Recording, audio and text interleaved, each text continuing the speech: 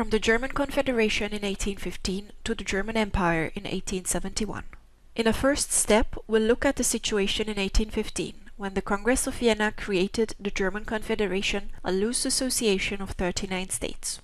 The red border marks the German Confederation as it existed from 1815 to 1866. Some of the 39 member states were very big, others tiny in comparison.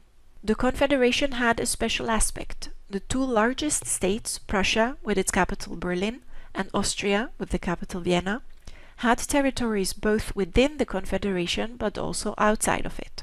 Prussia's eastern parts lay outside of the Confederation, its provinces East Prussia, West Prussia and Posen. Austria was the other large state. On the one hand, most of its non-German territories were outside of the Confederation. On the other hand, Bohemia and Moravia, where people spoke Czech and which is today the Czech Republic, were part of the Confederation. The ruling body of the Confederation had its seat in Frankfurt am Main. It was designed as a permanent congress of delegates or ambassadors. These were not elected but appointed by the princes of the 39 states. The Austrian envoy presided over the Congress, which decided about constitutional changes.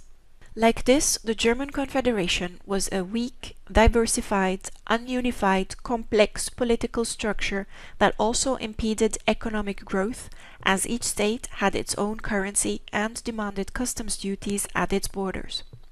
This is illustrated by this famous cartoon, alluding to the creation of the German Customs Union in 1834. So why was this created then?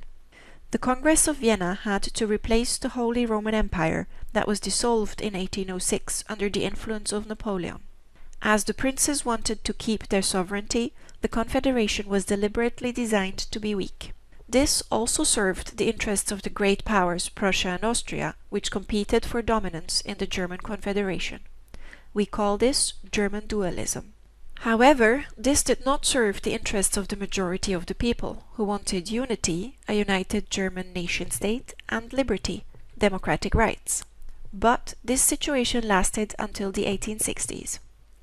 Let's now have a look at how the German Confederation ended and the German Empire came to be in 1871. National unity was achieved under the leadership of Prussian Chancellor Bismarck and through 3 wars. In the German-Danish War of 1864, Prussia and Austria together fought and defeated Denmark. This showcased Prussian leadership and emphasized the battle for dominance between Prussia and Austria, German dualism.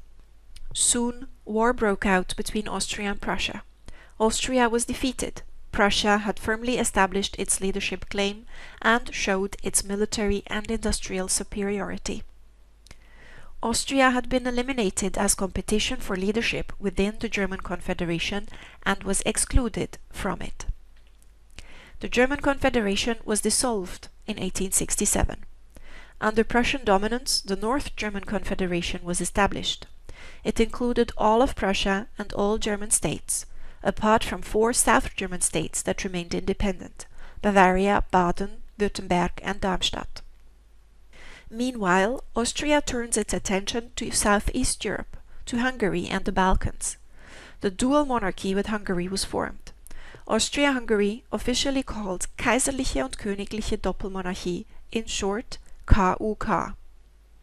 Now that Prussia had eliminated inner German opposition to Prussian leadership, the focus turned to European opposition, which was formed by France. Bismarck provoked a war with France, won it, and took the French province Alsace-Lorraine. Also, he asked for massive reparations from the French and established the German Empire in the Hall of Mirrors in Versailles, a big humiliation for the French. The Prussian king became the emperor of the new German Empire.